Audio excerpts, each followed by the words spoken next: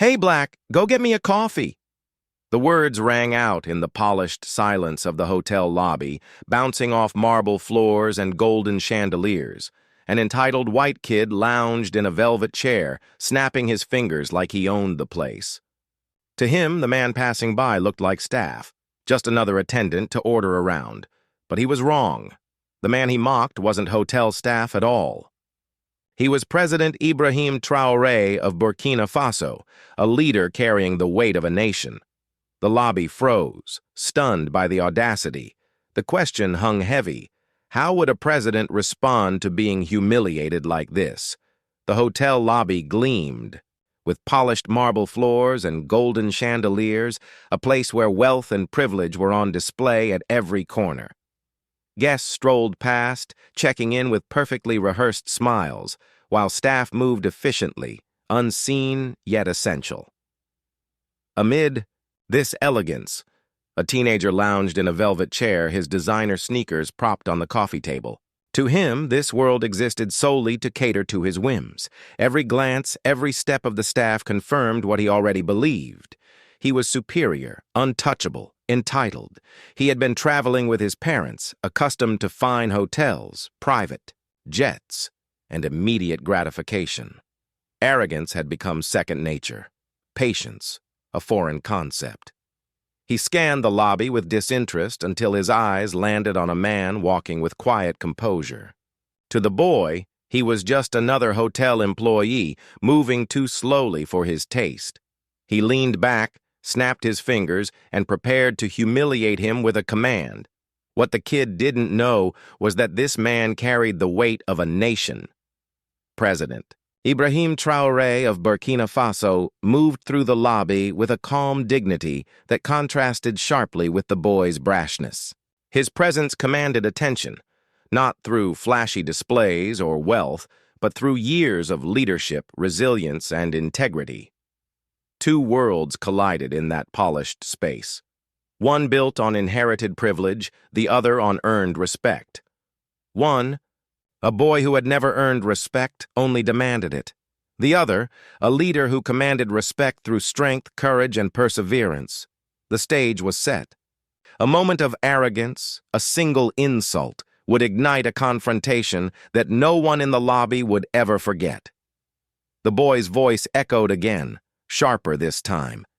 "Hey, Black, go get me a coffee. Make it quick." His smirk widened as he assumed the man before him would comply, just another staff member beneath his notice. Around them, hotel guests paused, some shifting uncomfortably, sensing the audacity of the moment but unsure how to intervene. The lobby, usually filled with polite chatter, felt tense as if it were holding its breath. Ibrahim Traore didn't flinch. He slowed his steps, but didn't break eye contact with the teenager. His presence alone was commanding, yet he remained calm, assessing the situation. To the boy, the silence seemed like weakness, an invitation to push further. He leaned back, waving a dismissive hand, laughing under his breath, and muttered something about incompetence and laziness. The insult, fueled by both ignorance and privilege, hung in the air. Guests began to notice, some exchanging glances, whispers spreading like wildfire. A hotel staff member hesitated nearby, unsure whether to intervene, but the boy's arrogance created a bubble around him, shielding him from consequences. Or so he thought. The contrast was stark. One figure, defined by entitlement, privilege, and bravado, the other, defined by quiet strength, dignity, and power earned through a lifetime of responsibility. The tension escalated as the boy, emboldened by the perceived passivity, snapped his fingers again and raised his voice. "Seriously, can't you see me waiting?" His words weren't just an insult. They were a declaration of superiority, a challenge issued in a world where appearances ruled. The lobby seemed to shrink around them, all attention drawn to this singular confrontational moment. Every heartbeat of the witnesses amplified the weight of the encounter. Yet Ibrahim Traoré remained composed, his expression unreadable, his presence unwavering. He didn't reach for the boy, didn't speak immediately, but the silence itself was a response. The boy's smugness began to waver, replaced with a flicker of uncertainty. Something in the man's calm defiance hinted that this confrontation was not what the teenager expected. The boy's laughter faded, replaced by a flicker of confusion. The man he had insulted remained calm, but there was a new intensity in his gaze, a quiet authority that radiated through the marble lobby. Every guest could feel it. The boy had assumed power, assumed obedience, but now the balance had shifted. Traoré's voice finally broke the silence, measured and steady. "You think this is how the world works?" he asked, each word deliberate, echoing softly across the space.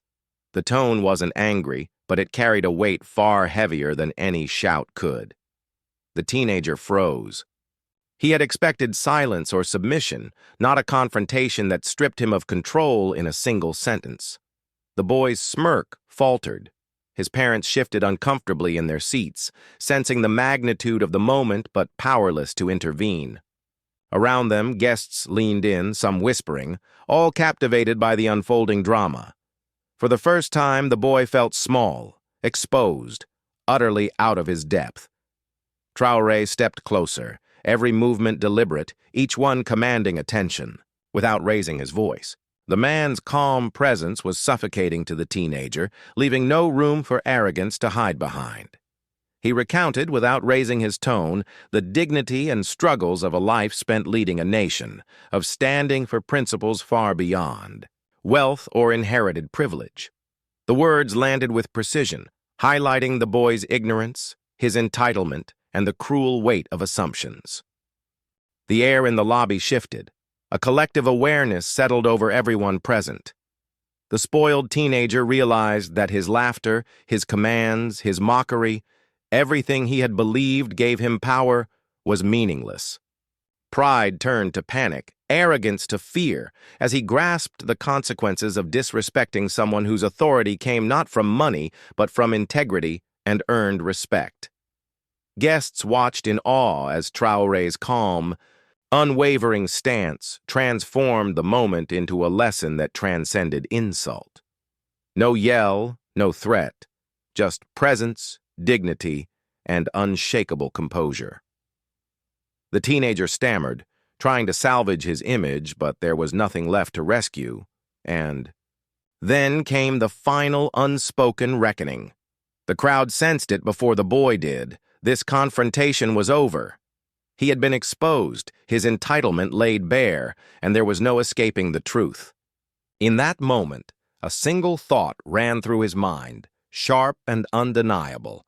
He had underestimated a man he assumed was powerless, and now nothing would ever be the same. The lobby slowly returned to its usual rhythm, but the atmosphere had shifted. The entitled teenager slumped in his chair, stunned and speechless. Every ounce of arrogance that had defined him just moments ago had vanished. He had assumed superiority based on skin and privilege, and in doing so he had misjudged a man whose strength, patience, and dignity far exceeded anything he had ever known. President Ibrahim Traoré stood calmly, unshaken. He did not yell, mock, or humiliate the boy further. His presence alone conveyed the weight of authority, earned through years of leadership, resilience, and integrity. The quiet confidence radiating from him spoke volumes, showing that true respect is commanded through character, not wealth or entitlement. The teenager could feel the weight of his mistake pressing down on him. For the first time, he truly understood the impact of his words, the casual cruelty of assumptions, and the arrogance that comes from ignorance.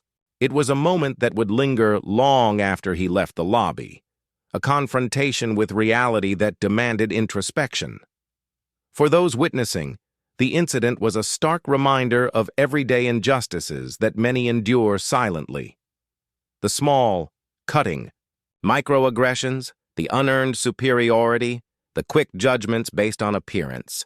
It highlighted the quiet power of dignity, patience, and composure in confronting disrespect. As the boy sat in stunned silence, one question hung in the air, unspoken yet undeniable. How often do we misjudge others, assuming they are less than, without knowing their strength, their journey, or their worth?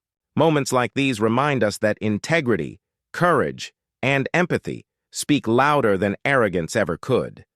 The takeaway was simple, yet profound. Respect is not demanded. It is recognized, lived, and earned. And when faced with ignorance or injustice, how will we choose to respond, silently or with the quiet force of humanity?